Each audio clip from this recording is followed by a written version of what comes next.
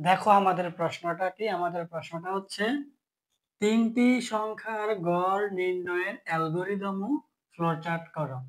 অর্থাৎ তিনটি সংখ্যার গড় নির্ণয়ের জন্য অ্যালগরিদম করো এবং ফ্লোচার্ট করো।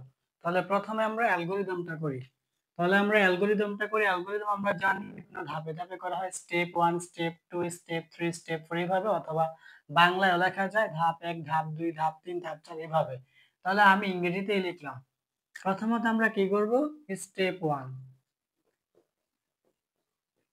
স্টেপ 1 এর মধ্যে কি করতে হয়, প্রথমে শুরু করতে হয়। তাহলে শুরুর জন্য কি হবে, স্টার্ট। আমরা স্টেপ 1 এর মধ্যে কি করছি, স্টার্ট করছি। তারপরে হবে স্টেপ 2। আমরা এখন এই জায়গায় অ্যালগরিদম করতেছি। অ্যালগরিদমটা করা হলে এই অ্যালগরিদম থেকে দেখে দেখে আমরা এই পাশে ফ্লোচার্টটা করব। দেখো, অ্যালগরিদম থেকে দেখে দেখে ফ্লোচার্টটা লিখব। তাহলে এখন আমরা কি করি, স্টেপ 2। স্টেপ 2 এর মধ্যে হচ্ছে আমাদের ইনপুট নিতে হবে। এই যে ইনপুট। এখন ইনপুট আমরা কি নেব, আমাদের প্রশ্নটা কি ছিল যে তিনটি সংখ্যার গড় নির্ণয়ের অ্যালগরিদম ফ্লোচার্ট। তো তিনটি সংখ্যা, এখন তিনটি সংখ্যা এই জায়গায় বলা নেই, আমরা এক্স ওয়াই জেড ধরতে পারি বা এবিসি ধরতে পারি। তাহলে আমরা এবিসি ধরলাম, এ বি সি। ঠিক আছে, আমরা স্টেপ 2 এর মধ্যে তিনটা সংখ্যা এবিসি ইনপুট ধরছি। এখন আমাদের স্টেপ 3। স্টেপ 3 এর মধ্যে হচ্ছে আমাদের এখন প্রক্রিয়াকরণ, ইনপুট নেওয়ার পরে আমাদের প্রক্রিয়াকরণ বা প্রসেসিং এর কাজ করতে হয়। অর্থাৎ যে কি চাইছে, তাহলে এই জায়গায় কি গুণ করতে বলছে, ভাগ করতে বলছে, যোগ করতে বলছে, কি বলছে? এই জায়গায় বলছে যে তিনটি সংখ্যার গড়, গড় নির্ণয়। তাহলে গড় চাইছে। তাহলে আমাদের গড়ের ইংরেজি কি, অ্যাভারেজ। গড়ের ইংরেজি কি, average. A V E A A V E R A G E, average. এখন আমাদের গড়ের কিন্তু একটা সূত্র আছে। গড়ের সূত্রটা কি? গড়ের সূত্রটা হচ্ছে আমাদের এই জায়গায় যতগুলো রাশি থাকে ওই রাশিগুলোকে যোগ করতে হয়, যোগ করে তারপরে রাশিগুলোর সংখ্যা দিয়ে ভাগ করতে হয়। তাহলে আমাদের এই জায়গায় রাশি বলতে তিনটা আছে। কি কি আছে? একটা আছে এ, তারপরে হচ্ছে প্লাস বি প্লাস সি। এখন এই জায়গায় হচ্ছে আমাদের সি প্রোগ্রামের মধ্যে ভাগ চিহ্ন নেই, ভাগ চিহ্নের পরিবর্তে স্ল্যাশ চিহ্ন দিতে হয়। ঠিক আছে, স্ল্যাশ মানেই আমাদের ভাগ বোঝায়। এখন আমাদের সংখ্যা যায় কয়টা, মানে আমরা যে রাশি ধরছি এ বি সি, তাহলে এ বি সি তিনটা, তাহলে আমরা 3 দিয়ে ভাগ করব। ঠিক আছে, আমাদের এভারেজের সূত্র কিন্তু এটা, সূত্র কিন্তু মনে রাখতে হবে যে প্রথমত যে রাশিগুলো থাকে ওই রাশিগুলোকে যোগ করতে হয়, তারপরে ওই রাশিগুলোর সংখ্যা দিয়ে ভাগ করতে হয়।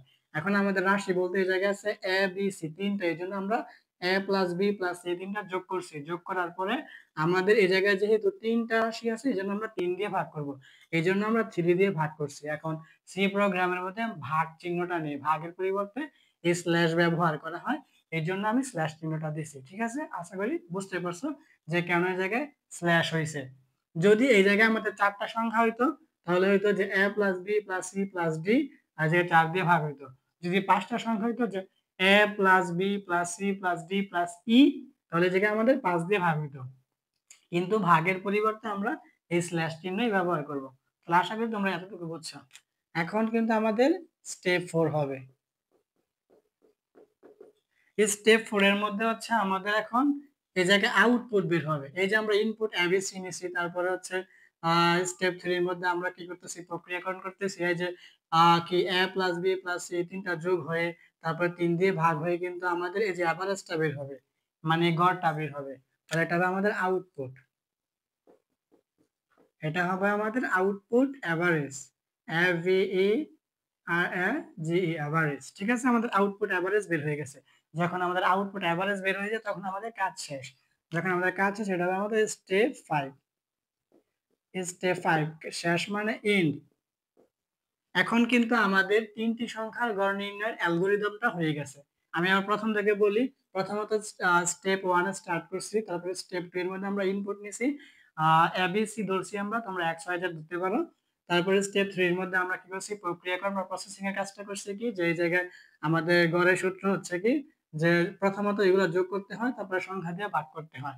এজন্য আমাদের গড়ের ইংরেজি হচ্ছে অ্যাভারেজ। এখন আমরা এ প্লাস বি প্লাস সি ভাগ যোগ করছি, তারপরে 3 দিয়ে ভাগ করছি।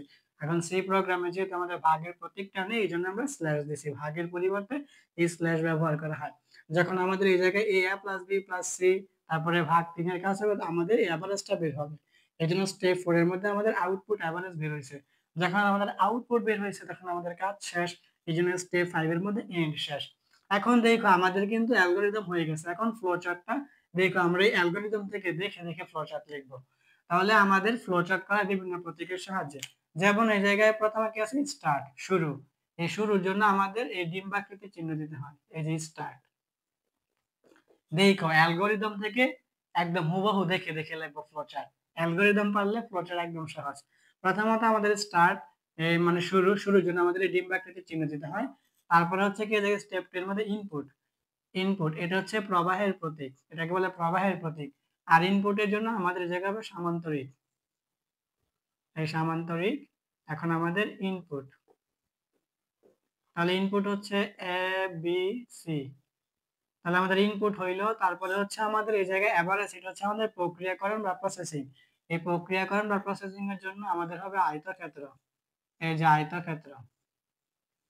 এখন আয়তক্ষেত্রের ভিতরে কি হবে average, A V E R N G, average. এভারেজের সূত্রটা হচ্ছে এ প্লাস বি প্লাস সি, তারপরে স্ল্যাশ 3, তারপর আবার প্রবাহের প্রতীকের চিহ্ন, তারপরে হচ্ছে আমাদের আউটপুট। আউটপুটের জন্য আমাদের সামান্তরিক, তাহলে হলো আমাদের আউটপুট। আউটপুট হচ্ছে কি আউটপুট এভারেজ, আউটপুট এভারেজ। তারপর আবার আমাদের কি প্রবাহের প্রতীক। এখন আমাদের কি হয়েছিল শেষ, শেষের জন্য আমাদের ডিম্বাকৃতির এন্ড। ঠিক আছে, আমরা কিন্তু একদম অ্যালগরিদম থেকে কিন্তু দেখে দেখে ফ্লোচার্টটা লিখে ফেলছি। শুধু আরেকটি প্রশ্নের সমাধান করে দেব। দেখো প্রশ্নটা আমি বোর্ডে লিখে রাখছি। প্রশ্নটা হচ্ছে দুইটি সংখ্যার মধ্যে বড় সংখ্যাটি নির্ণয়ে অ্যালগরিদম ও ফ্লোচার্ট করো।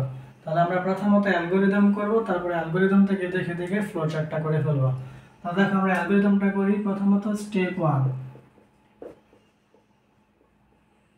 স্টেপ 1 এ কি করতে হবে, শুরু করতে হবে। শুরু মানে কি স্টার্ট, এই আমাদের স্টার্ট।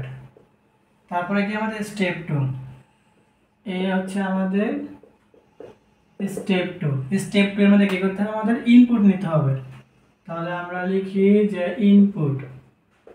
এখন আমরা ইনপুট কি লিখবো, এই জায়গায় দেখো তো আমাদের প্রশ্নটা কি ছিল, যে দুইটি সংখ্যার মধ্যে বড় সংখ্যাটি নির্ণয়ের অ্যালগরিদম ও ফ্লোচার্ট করে। দুইটি সংখ্যা, এখন আমরা দুইটি সংখ্যা এ বি ধরতে পারি বা এক্স ওয়াই ধরতে পারি। আমি এই জায়গায় দুইটি সংখ্যা এ আর বি ধরলাম, এ আর বি। ঠিক আছে, তাহলে আমাদের ইনপুট হচ্ছে ইনপুট এ আর বি। তাহলে আমাদের ইনপুট নেওয়া হয়ে গেছে। এখন আমাদের স্টেপ 3, এই হচ্ছে আমাদের স্টেপ 3। এখন স্টেপ 3 এর মধ্যে আমাদের কি করতে হবে, এটা আমাদের প্রশ্ন বুঝতে হবে। প্রশ্নের মধ্যে বলছে যে দুইটি সংখ্যার মধ্যে বড় সংখ্যাটি নির্ণয়ের জন্য অ্যালগরিদম ফ্লোচার্ট করো। তাহলে দুইটি সংখ্যার মধ্যে বড় সংখ্যা, এই ক্ষেত্রে আমাদের কি করতে হবে, দেখো শর্ত দিতে হবে। এটাকে বলে দেখো আইএস ইজ দিয়ে পরে এ গ্রেটার দেন বি, তারপর হচ্ছে প্রশ্নবোধক চিহ্ন, এইটা দিতে হবে। ঠিক আছে, এটা হচ্ছে স্টেপ 3। এই স্টেপ 3 এর মধ্যে আমাদের যখন বলবে যে দুইটি সংখ্যার মধ্যে বড় সংখ্যা নির্ণয় করো, বা পাস নাকি ফেল, বা সংখ্যা ঋণাত্মক নাকি ধনাত্মক, এরকম একটার সাথে একটা তুলনা বোঝাবে, তখন আমাদের এ জায়গায় শর্ত আনতে হয়। তাহলে এই জায়গায় আমাদের বলছে কোন বড় সংখ্যা বের করতে হবে। তাহলে আমাদের যে শর্তটা এইভাবে লিখতে হবে যে is A greater than b, তারপরে প্রশ্নবোধক চিহ্ন, মানে এ কি বি থেকে বড়, এটা হচ্ছে প্রশ্নবোধক চিহ্ন। এখন এই জায়গায় আমাদের আউটপুট হবে দুইটা। দেখো এই যে এরকম লিখতে হবে যে 1 নাম্বার রোমান সংখ্যা লিখতে হবে, এটা হচ্ছে 2 নাম্বার। এখন 1 নাম্বারে লিখতে হবে হচ্ছে ইয়েস, আর 2 নাম্বার লিখতে হবে হচ্ছে নো। ঠিক আছে, এটা মনে রাখবা। আমাদের এই ক্ষেত্রে 1 নাম্বারে লিখতে হবে ইয়েস, আর 2 নাম্বারে লিখতে হবে নো। এখন আমাদের কিন্তু এই জায়গায় বোঝাচ্ছে যে is A greater than b, এই যে প্রশ্নবোধক চিহ্ন, এ কি বি থেকে বড়, তাহলে আমি বলতেছি ইয়েস। তাহলে আমাদের আউটপুট কি হবে, আমাদের আউটপুট কিন্তু এ হবে। আবার আবার দেখো এ কি বি থেকে বড়, হ্যাঁ, তাহলে হ্যাঁ যদি হয় ইয়েস মানে হ্যাঁ, তাহলে আউটপুট এ হয়েছে। আর এটা কি নো, তাহলে এই জায়গায় আবার হচ্ছে যে এ কি বি থেকে বড়, নো মানে না। তাহলে এ যদি বড় না হয় তাহলে কি বি বড়, তাহলে এই জায়গায় হবে আউটপুট, এই জায়গায় হবে আউটপুট বি। ঠিক আছে, এটা বুঝছো? এই জায়গায় প্রশ্ন শর্তটা হচ্ছে যে is A greater than b, প্রশ্নবোধক চিহ্ন, এ কি বি থেকে বড়, ইয়েস হ্যাঁ বড়, তাহলে আউটপুট এ। তারপরে হচ্ছে আবার এ কি বি থেকে বড়, না, নো মানে না, তাহলে যদি এ বড় না হয় তাহলে কি বি বড়, তাহলে আউটপুট বি। তাহলে আমাদের আউটপুট বি হয়ে গেছে। এখন আমাদের স্টেপ 4, স্টেপ 4 এর মধ্যে আমাদের কাজ শেষ, এই জন্য হবে এন্ড। ঠিক আছে, এখন আমরা এই যে অ্যালগরিদমটা করেছি, এই অ্যালগরিদম থেকে আমরা এখন দেখে দেখে ফ্লো চার্টটা করে ফেলবো। তাহলে প্রথমত আমাদের এই যে স্টার্ট, এই স্টার্টের জন্য আমাদের ফ্লো চার্টের মধ্যে কি করতে হয়, ডিম্বাকৃতির এই চিহ্ন দিতে হয়, এই যে স্টার্ট। তারপরে কি আমাদের ইনপুট, এই ইনপুটের জন্য আমাদের কি করতে হয়, সামান্তরিকের প্রতীক ব্যবহার করতে হয়। কিসের প্রতীক, এই যে সামান্তরিকের প্রতীক ব্যবহার করতে হয়। ইনপুট এ বি, দেখো কত সহজ। এখন যে আমরা ইনপুটটা নিয়েছি, এখন আমাদের কি করতে হবে, এখন দেখো আমাদের স্টেপ 3 এর মধ্যে হচ্ছে শর্ত। আর আমরা জানি যে ফ্লো চার্টের মধ্যে যদি শর্ত বোঝায় তাহলে আমাদের একটা প্রতীক ব্যবহার করতে হয়, ওইটাকে বলে রম্বস। এখন আমাদের এই জায়গায় হবে রম্বস। রম্বসটা হচ্ছে এরকম, এটাকে রম্বস বলা যায় বা ডায়মন্ডও বলা যায়, এটা হচ্ছে রম্বস।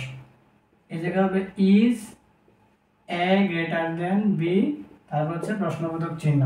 ঠিক আছে, এই যে আমাদের এই শর্তটাকে ফ্লো চার্টের মধ্যে এইভাবে লিখতে হয়, রম্বস বা এটাকে ডায়মন্ডও বলা যায়, যে is A greater than B, A কি বি থেকে বড়, তাহলে এই জায়গায় দুইটা মান হবে। আমাদের অ্যালগরিদমের মধ্যে কিন্তু দুইটা মান আছে, একটা ইয়েস একটা নো, তাহলে ফ্লো চার্টের মধ্যে দুইটা মান আসবে, একটা হচ্ছে ইয়েস একটা নো। একটু নিচে লিখি তাহলে সুন্দর হবে।